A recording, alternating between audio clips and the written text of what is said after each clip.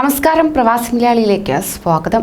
സൗദിയിൽ വേതന സംരക്ഷണ നിയമത്തിന്റെ അവസാന ഘട്ടം ഡിസംബർ 1 മുതൽ പ്രാബല്യത്തിലാകുമെന്ന് മാനവവിഭവശേഷി വകുപ്പ് മന്ത്രി എഞ്ചിനീയർ അഹമ്മദ് ബിൻ സുലൈമാൻ അൽ രാജി പ്രഖ്യാപിക്കുകയുണ്ടായി. ഇതിനായുള്ള ഒരുക്കങ്ങൾ അന്തിമഘട്ടത്തിലായെന്ന് മന്ത്രാലയ അധികൃതർ ബുധനാഴ്ച അറിയിച്ചു. രാജ്യത്തെ മുഴുവൻ ജീവനക്കാർക്കും ബാങ്ക് അക്കൗണ്ടുകൾ വഴി ശമ്പളം നൽകണം എന്നതാണ് പ്രധാന നിബന്ധന. ശമ്പളം മുടങ്ങിയാൽ തൊഴിലാളിക്ക് സ്ഥാപനം വിടുന്നതിനും അനുവാദം ഉണ്ടാകും. സ്വദേശികളുടെ സ്വകാര്യ മേഖലയിലെ മിനിമം വേതന വർധനവ് എല്ലാവർക്കും ബാധകമായിരിക്കും. മാത്രമല്ല, നിലവിൽ ജോലി ചെയ്തു വരുന്നവർക്കും പുതുതായി ജോലിയിൽ പ്രവേശിക്കുന്നവർക്കും ഒരുപോലെ ഇതിന്റെ പ്രയോജനം ലഭിക്കുന്നതാണ്. വിവിധ ഘട്ടങ്ങളിലായി നടപ്പാക്കിയ തൊഴിൽ നിയമത്തിന്റെ അവസാന ഘട്ടമാണ് ഇനി പ്രാബല്യത്തിൽ വരാൻ പോകുന്നത്.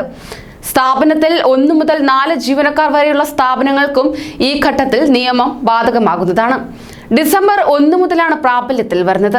തൊഴിലാളികളുടെ ശമ്പളം ബാങ്ക് അക്കൗണ്ട് വഴി ട്രാൻസ്ഫർ ചെയ്യുന്നതായിരിക്കും. കൃത്യസമയത്ത് ശമ്പളം നൽകുക എന്നിവയാണ് നിയമത്തിന്റെ പ്രധാന ലക്ഷ്യങ്ങൾ. പുതുക്കിയ മിനിമം വേതനത്തിന് അനുസൃതമായിട്ടാണ് ഇനി മുതൽ നിദാഖാത്ത് വ്യവസ്ഥയിലെ സ്വദേശി അനുപാതവും നിശ്ചയിച്ചിരിക്കുന്നത്. നിദാഖാത്ത് സംവിധാനത്തിൽ ഒരു പൂർണ്ണ സ്വദേശി ജീവനക്കാരൻ 4000 മുതൽ മേൽപോട്ട് ശമ്പളം വാങ്ങുന്നവർ മാത്രമായിരിക്കും. 3000-നും 4000-നും ഇടയിലാണ് ശമ്പളമെങ്കിൽ അർദ്ധ ജീവനക്കാരനായിട്ടാണ് ഇതിൽ പരിഗണിക്കുന്നത്. 3000-ന് താഴെ വേതനം വാങ്ങുന്നവരെ നിദാഖാത്ത് സംവിധാനത്തിൽ പരിഗണിക്കുന്നതല്ല എന്നും മന്ത്രാലയം വ്യക്തമാക്കി. 1 മുതൽ 4 വരെ ജീവനക്കാരുള്ള 3.25 ലക്ഷം സ്ഥാപനങ്ങളാണ് നിലവിൽ സൗദിയിലുള്ളത്. വൻകിട സ്ഥാപനങ്ങളിലാണ് വേതന സുരക്ഷാ നിയമം ആദ്യം നടപ്പാക്കി തുടങ്ങുന്നത്. ശമ്പളം കൃത്യസമയത്ത് ലഭിച്ചില്ലെങ്കിൽ ബാങ്ക് രേഖ തെളിവാകുന്നതാണ്. ഇതുവച്ച് തൊഴിലാളിക്ക് പരാതിപ്പെടാൻ സാധിക്കും.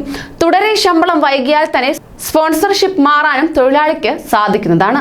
അതോടൊപ്പം തന്നെ രാജ്യത്തെ സ്വകാര്യ തൊഴിൽ മേഖലയിൽ 17.59 ലക്ഷം സ്വദേശികളാണ് ജോലി ചെയ്യുന്നത്. ഇതിൽ 24,687 പേർക്ക് പ്രതിമാസ ശമ്പളം 1,500 റിയാലാണ്. 30,216 പേരുടെ ശമ്പളം 3,000 റിയാലിൽ താഴെയാണ്. 37.5% ജീവനക്കാർക്ക് മാത്രമാണ് 3,000 റിയാൽ ശമ്പളം ലഭിക്കുന്നത് എന്നാണ് കണക്കുകൾ വ്യക്തമാക്കുന്നത്.